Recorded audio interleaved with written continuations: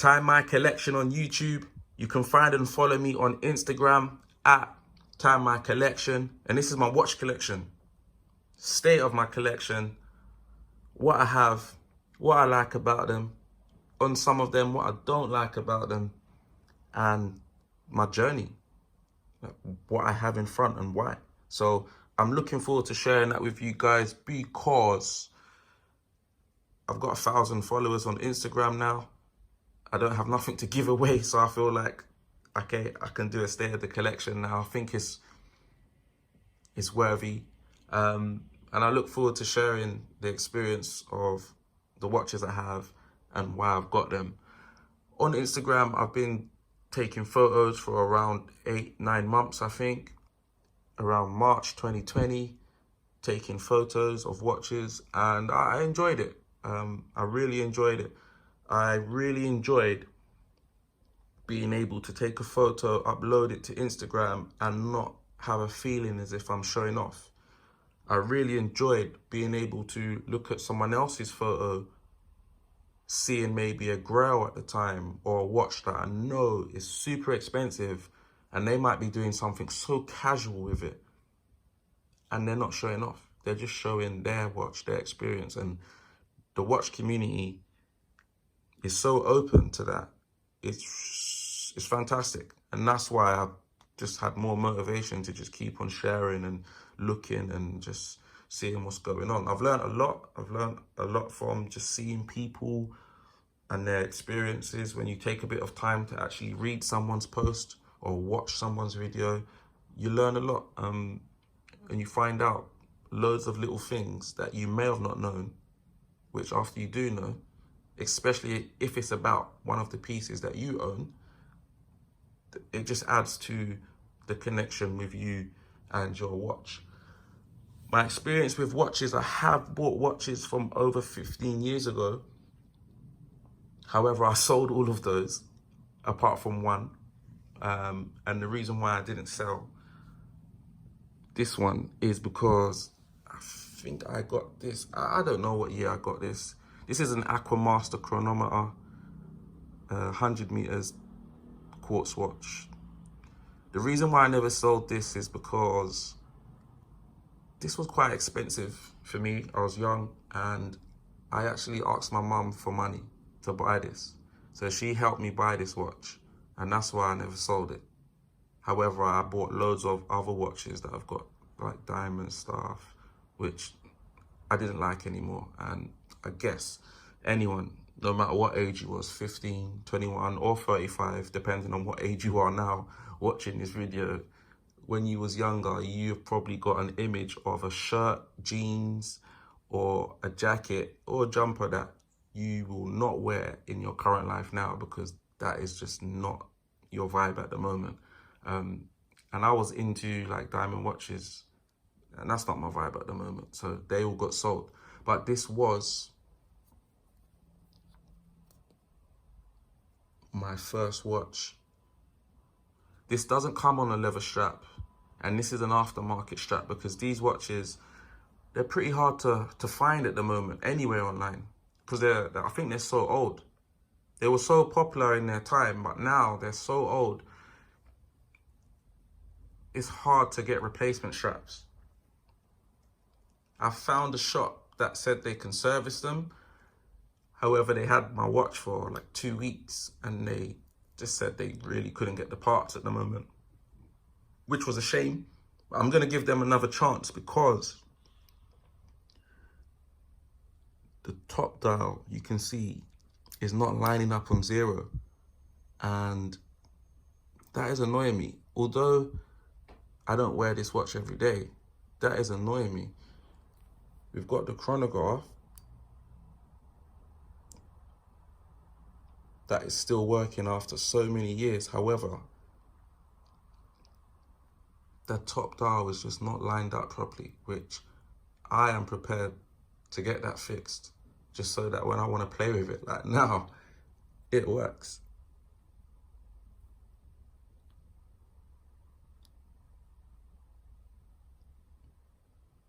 So that is the Aqua Master.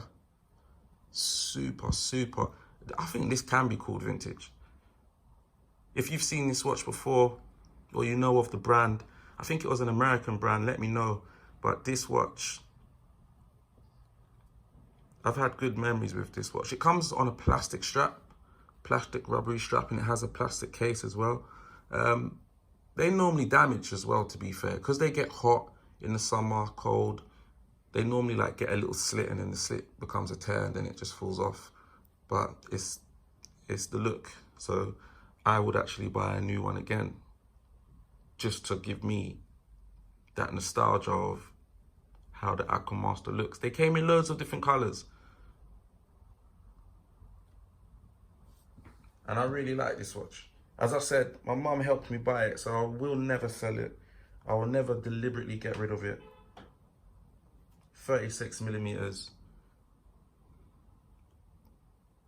Goes in water nicely. Not with this leather strap, but as I said, I'm gonna get a rubber strap for it again. And the chronograph is fun, it's still fun. And I don't have a expensive chronograph or anything, but if anyone says, do you have a chronograph in your collection? So, that's my Aqua Master. That has always been in the collection, and that is always staying for that sentimental reason. However, in 2013, I mentioned I bought the Rolex Datejust, and it went into a service in 2019, and I realized I can't buy a Submariner in 2019 because the AD wouldn't let me. I love the brand. I had the Rolex for 6 years, wore it so much, recommended it to people. I've done everything that the brand wants people to do. Show people the watch. Yes, it got compliments. Yes, it was nice. But when I realized I couldn't buy a Submariner to build on my Rolex collection, it was very, very annoying, and I had to look elsewhere because I didn't want to try and afford to buy grey market Submariners. It's crazy. And I think that was a very, very good decision, especially when I look at the collection now. There is no Rolex here. And I think the decision of me buying the watch, my next watch, because I couldn't get a Submariner, was like a big step. It was like going against the grain. Because even now, it's all about Rolex. It's all about what they're doing. But I made a decision that my Datejust was a bit too dressy because I had to keep changing the bracelet, putting NATOs on. The AD or Rolex are not letting me buy a Submariner, and I want a sporty watch. So I bought the 1957 Trilogy Omega Seamaster 300. And I think this was one of my best decisions ever. I bought this watch with confidence, and I bought it for myself, but I didn't voice what I was thinking because I couldn't tell my friends. I don't think anyone in the watch community would listen to me if I said this watch is a better watch than the Submariner. Not a better brand, but a better watch.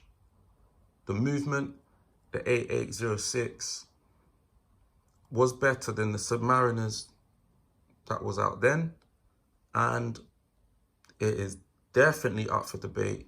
It's better than the new Submariners, the latest release, the 2020 41mm ones. Meta certified, 15,000 Gauss is like the big things that those watches just can't compete with. And then I guess the rest of it is down to preference, looks, and functions. I am not gonna lie at all. The Rolex watches absolutely look the best. Aesthetically look the best. But I like the way this looks. Both dive watches. This is a better size for me. It's an everyday size. Not too small, not too big. The history of this watch is fantastic. Limited edition. And something also for me personally on everyday wear is the bi-directional bezel, which I use for cooking, I use for work. I even use it for time in seconds if I need to. It's not super accurate. If I want to just get 10 seconds on, of course I'll wait for it to get somewhere and just put it there. Boom. Now I'm timing seconds for whatever I needed to do. I have dived with this watch on other watches, on a Submariner. I guess it's more safe that you have to go all the way around, but I'm not diving every day, and I've only dived once in this watch. So I would like to go back this way and line it back up nice and easy, which for me on an everyday affairs is fantastic. Also, what I like on most dive watches on here, this is 0 to 15, and we've got the countdown version because it's like a vintage style, which on most of the other dive watches out now, you don't get that. You just don't get that. And this for me is, I wear it all the time. This is on the grey strap. And this grey strap makes it look very vintagey. Vintagey. There you go. Like, this is just so tight, and it does have a bracelet as well, but I'm more casual with this watch. That's on the grey strap. I've got around 5 or 6 NATOs with this, and I don't think I need any more because it just goes with everything. This bond strap is amazing on almost any watch, and it works on this watch as well. Vintage style again. This is what comes with the watch. I'm just going to show you how quickly, not how quickly you change your NATO. I'm just going to show you quickly how the watch looks on another strap, on a military green strap, which also gives it a vintage vibe. And when you're just wearing a watch like this every day and you're getting so many different styles and looks out of it, this is definitely one of my favorite in the collection, 100%. It just goes with anything. I'm aware a lot of people don't really like the faux patina, but I think that also makes this watch different because most watches have white indices, so that makes it different. It adds color. And when the lume comes, the lume is still green anyway, so there is no bother for me. This is what happens with me and straps. This is why I have so many, because I just love them. I love how quickly you can change them, and then the watch is completely different. This is more of a summer vibe, and this is the strap that I use to dive with. That is summer right there. But that's my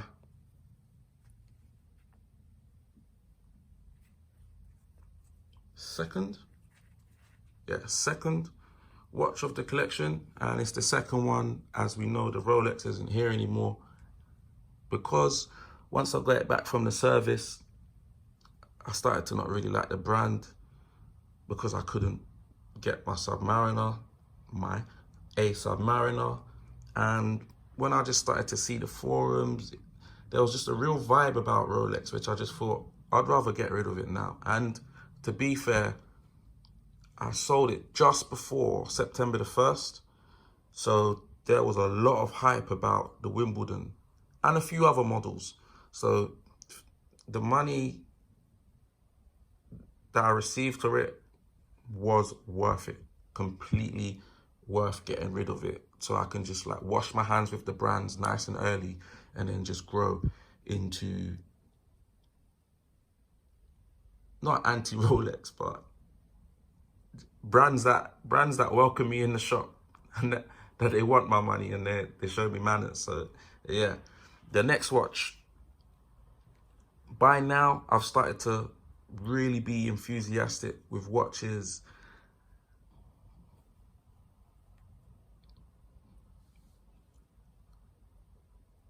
which leads to this watch, the Timex Q. I started to look at a lot of watch videos,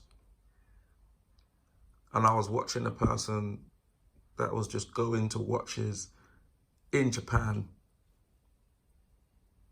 and just showing us all the watches that we couldn't buy in our countries, or that just was not on the shelves. He's called Austin Daniels, and I saw him with a Timex Q, and he was so excited about it that it just made me just come off as his video and just start to look at the history and what is this watch. And it's from 1969, I believe, vintage look.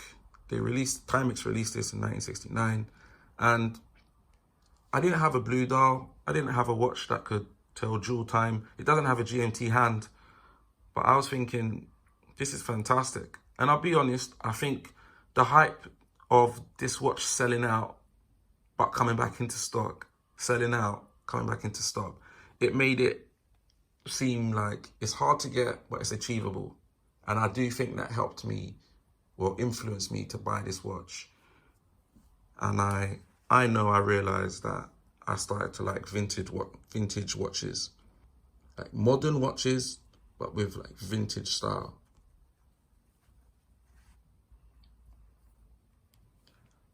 I didn't like the bracelet this comes on straight away. It just didn't seem comfortable, and I just decided to put it on this leather strap straight away to just make it look completely different from the watches I have in my collection already.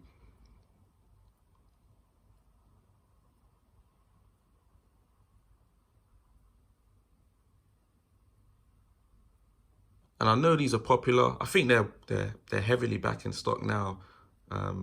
Like, this is definitely a nice, easy, fun watch. Quartz, so the batteries just go in, and you get a day date function, this is the only day date function I have. But this is why this is in my collection, because it's got the Pepsi dial, dual time, day date function. And now I'm a bit more aware of like luxury watches or expensive watches that you shouldn't really just be taking everywhere with you.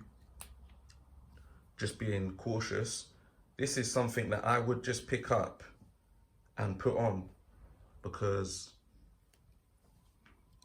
it's nice, it's neat, it's tidy, day date, dual time, quartz, nice and easy. Like, it is very cool.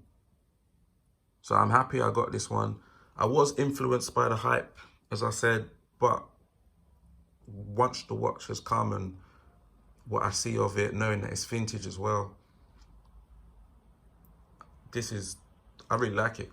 And it's just a nice, easy watch to have in the collection. And also, this watch has history from when it was released by Timex in 1969, I believe. So that's the watch that came in third. As of now, what watches do I have now? I have the Omega, and I have the Timex, and I have the Aqua Master. What's starting to happen a lot now is I'm starting to get a rotation going, and I'm watching more and more videos, and Rolex pops back up on my wish list. But it is a Rolex that is on a complete wish list, because I cannot afford a Rolex Explorer 1016. With me looking for the Rolex Explorer 1016, I ended up coming across the Smith's Everest. And this was the fourth watch to enter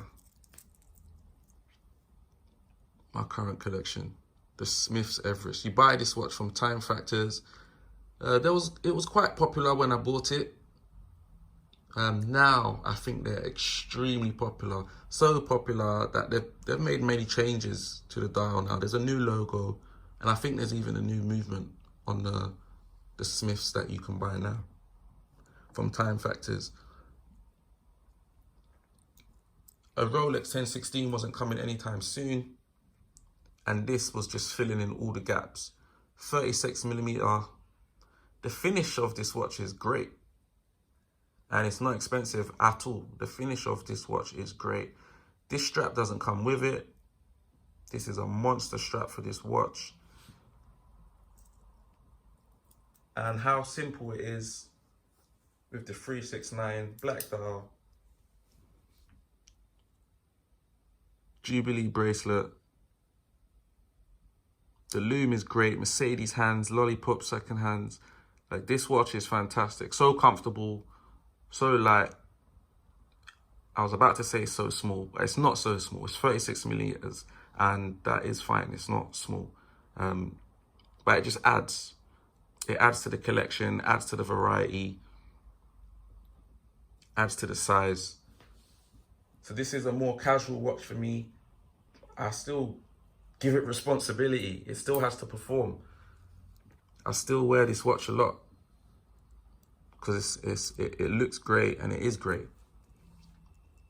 And the sizing is just a desire of the 1016 from Rolex.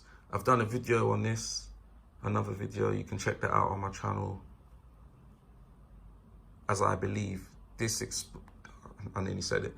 This Smith's Everest is the Rolex Explorer that people want. That's what I believe. Like, for example, if this size and dimensions with Rolex case, Rolex polishing, Rolex Jubilee with the Easy Link extension, if this piece here had Rolex instead of Smith's, and instead of Everest had 100 meters and whatever else is on the dial, this will fly.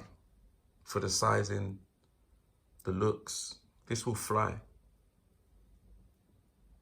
But I guess, I don't know, Rolex do probably market research to find out what people want and then do the opposite.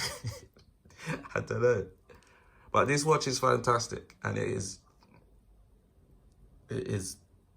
affordable. And if you're not as fortunate to be able to spend a couple hundred on a watch multiple times, if nothing else was here, I would be more than happy to just have this one watch, because it really does kind of do everything. And that's my opinion for anyone that likes watches, that is watching this thinking, wow, you've got such a great collection.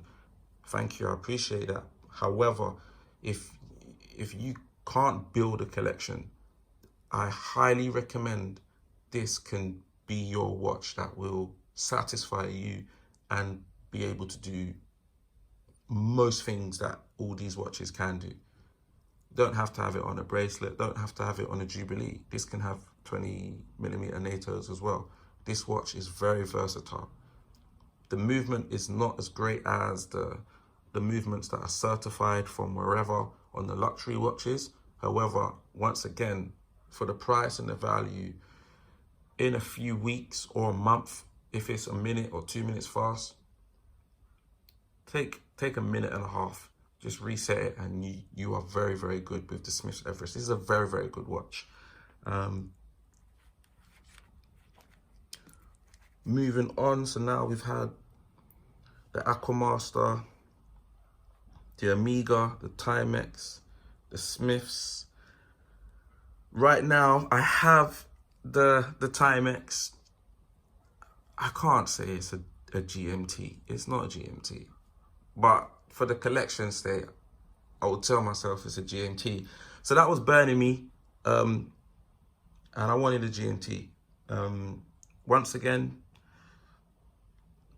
you can't get a Rolex, even though Rolex is in your face every time you open up something to do with watches online, but you can't get a Rolex. And just like with the Smiths, this is actually, I'm gonna say it, this is a homage to the Rolex, and that's fantastic. It has its own history. It does have its own history with, all of that stuff on the mountain, but that was like I can't get a 1016, this will do, and that is fantastic. However, Moving into the next watch that comes into the collection, that is a GMT. This is not a homage of the Rolex Explorer 2. This is definitely its own style, its own quirkiness. This is, for me, another fantastic buy that after putting it on, after wearing it, especially finding a NATO that, this is grey in here, but it kind of looks like, you know when grey looks bluey grey, but then you've got the ice blue lume indices. Like, this watch is great. A brand called Farah. They're British design, Swiss made. It's got a high grade Celita movement inside. There's a bit of the case back showing, but the NATO's on. And I will take it off, I will show you. But this was like a polar dial, fun, quirky, and it's its own. When I wear this watch, it's great. People ask questions because they just actually don't know what it is. And this is like to try and fit everything in a collection, like a GMT, a diver, and so on. So this is my GMT watch. This is absolutely fantastic. The one thing that I don't want to sell to you guys without making it clear is that it doesn't have a true GMT function, which, for those that are not sure what that is, a true GMT function is once you pop the crown, you'll be able to just go to a point of the crown and just flip the hours to local time. Whereas with this one, when you pull out once, if you twist this way, that will do the GMT. And if you go that way, that will go backwards. So instead of the hour hand changing while the watch isn't hacked, it is the GMT hand that does it. So if you buy a true GMT, it wouldn't be the GMT hand that moves like this. It will be the local time. It'll be the hour hand for local time, which makes more sense. However, I am more than happy to do it this way. And I'm going to explain why. So for example, I've just put it I'll just put it back to normal. But because I don't travel often, like for work or anything, so when I travel, it's like maybe once a year, if I'm lucky, twice a year, I am more than happy to have it tell me 9:33 local time and just move where I'm traveling to on the GMT hand, because the GMT hand doesn't move unless I travel. That's how I'm looking at it. So if I travel and now it's telling me the GMT hand is say 9:33, that's because I'm somewhere else. That's how I'm looking at it. But I will always be looking at local time, which is my time. So I don't need to change that because that's where I come from in the UK, and that's the time I'm always going to be looking at. The odd hand on the dial will represent the odd time zone that I'm in. So that's how I'm looking at it, and that's how I'm prepared to use this watch. And it's not the way that you should use it, because you should keep this one here and you just move the hour hand. But I'm not using it like that. This watch is fantastic. The dial is great. It's like a swimming pool tiles. And look at the ice blue indices. This lume is probably the best lume that I have in the collection as well. Big and bold. And it's very, very, very legible. I've got some great NATO straps for this.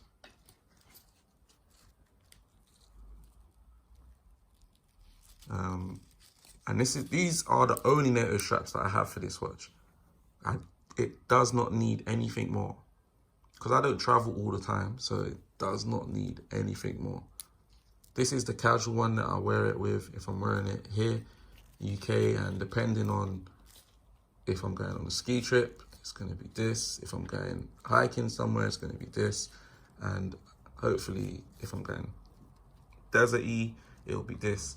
And that's how I've managed this watch with these NATOs. So this watch is ready for travel. When I can travel again, we will hit the roads. So with the Farah Maze GMT, which is this watch here, we've gone through my Aqua Master, Omega, Timex, Smiths, Farah, and then it moves on to this guy, Grand Seiko SBGA 413. This purchase, fantastic. I can't thank Grand Seiko enough. Fantastic. Grand Seiko sold it to me and delivered it to me in the UK. I've got so many messages about how and why did I get it. Once again, thank you, Grand Seiko. My opinion is that I bought this watch during a very uncertain time with the watch market and the world and money and jobs. And I think that Grand Seiko was just prepared to make a sell, secure a sell, and not really focus off the location where the watch was going, because it was very uncertain times. This was around August 2020. That was around the time when ADs was calling people and saying, we have this watch for you. Watches that they would never expect to get a call for. We've got this watch for you, would you buy it? I think ADs was really worried about being closed or not selling watches over a period of time. And that's my opinion. I think Grand Seiko just was, as I said, just happy to make a sell and not really focus on the US market, because it was just a bit worrying probably for everyone.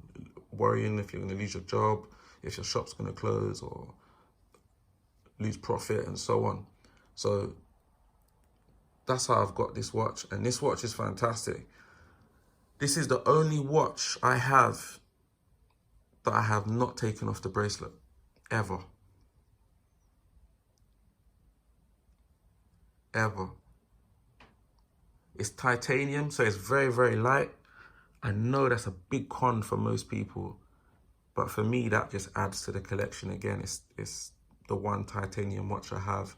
And I don't really like bracelets because I don't feel like I can get a perfect feel from most of them.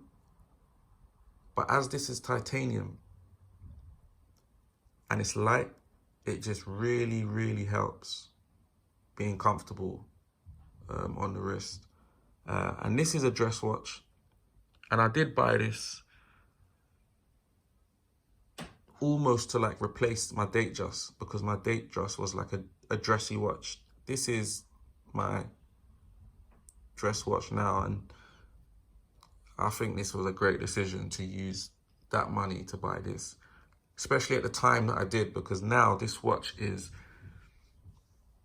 like a wait list for this watch now. There's lots of talk from all of our like favorite YouTubers. They're always talking about Grand Seiko as a brand. And then if they're talking about multiple watches, in the top 3 watches they're about to speak about, this watch comes up. It's a spring drive. The spring drive movement is amazing. It is beyond accurate. And when I first got this watch, it left me with so many questions. And I've done a few videos on my channel about this watch. And one of the questions, I'm just gonna put it on the wrist. One of the questions I was asking myself is, this watch was so fantastic and I absolutely loved it, but it doesn't have lume. And that was one of the questions that I just put out there, like, does Grand Seiko need lume? And the people in the comments, I appreciate all the comments, and someone said something to me that I just thought, yeah, I really understand that. They said, why would you buy a dog if you want it to meow? And I just thought, I get you. Like, this is a dress watch, and if I want a watch with lume, then you buy a sports watch. I also asked the question, like, is it so accurate that it spoils the fun of mechanical movements? Because every time I looked at this watch when I first got it, it was just going past 12. The same time my digital clock connected to internet was flicking to 12. And I was just like, well, there's nothing for me to do. It's just managing itself. That's how I felt. But over time, I've learned to over-appreciate it not having lume. Over-appreciate the spring drive technology and the accuracy, because it is just insane. It is insane.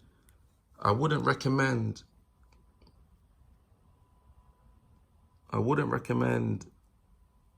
someone getting a spring drive straight away, as in like for one watch in your collection, because then you won't get the feel of an automatic mechanical watch. But if you can, spring drive is such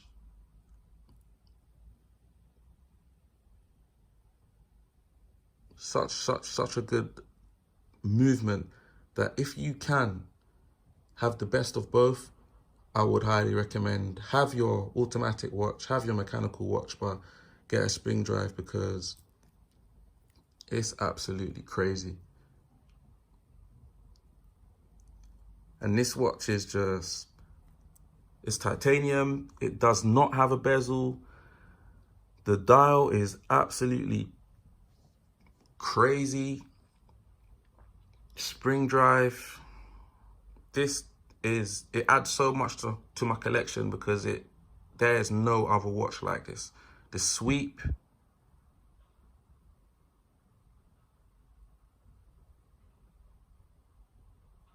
that's what Grand Seiko's kind of known for, really, the sweep. It's just like, it's crazy.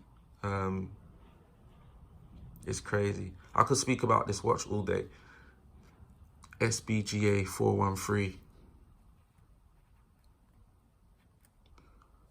And the last watch in my collection, the latest one, after having all of these like nice watches, stainless steel, titanium, date function, GMT function, water resistance, or any of that stuff, I just went old fashioned and got a G-Shock.